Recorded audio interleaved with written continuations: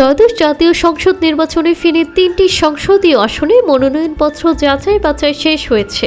রবিবার জেলা প্রশাসক ও রিটার্নিং কর্মকর্তা মনিরা হক জানান, জেলায় মোট 35 জন প্রার্থীর মধ্যে 22 জনের মনোনয়নপত্র বৈধ ঘোষণা করা হয়েছে।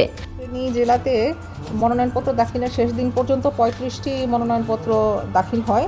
তার ভেতরে ফেনী 1-এ 6টি মনোনয়নপত্রকে বৈধ ঘোষণা করা হয়, ফেনী 2-এ 9টিকে বৈধ ঘোষণা করা হয় এবং ফেনী 3-এ 7টি মনোনয়নপত্রকে বৈধ ঘোষণা করা হয়। নানা অসঙ্গতি ও ত্রুটির কারণে 12 জনের মনোনয়নপত্র বাতিল এবং 1 জনের মনোনয়ন স্থগিত করা হয়েছে।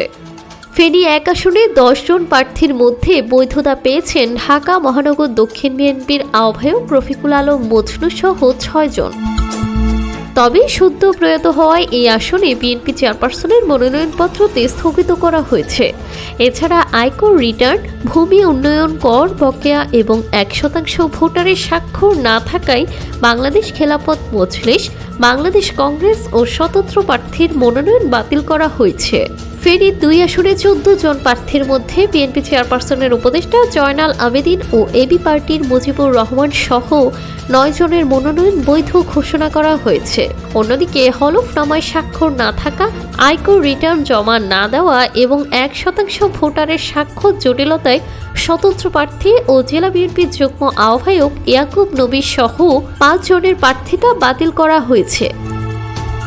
ফেনী 3 আসনে বিএনপির ভাইস চেয়ারম্যান আব্দুল আউয়াল মিন্টু ও জাতীয় পার্টির মোহাম্মদ আবু সুফিয়ান সহ 7 জনের মনোনয়নপত্র বৈধ ঘোষণা করা হয়েছে। তবে সরকারি পাওনা পরিশোধ না করা, চলমান সরকারি কাজের কার্যাদেশ থাকা এবং 1% ভোটারের স্বাক্ষরে মৃত ভোটারের নাম থাকায় 4 জনের প্রার্থিতা বাতিল করা হয়েছে।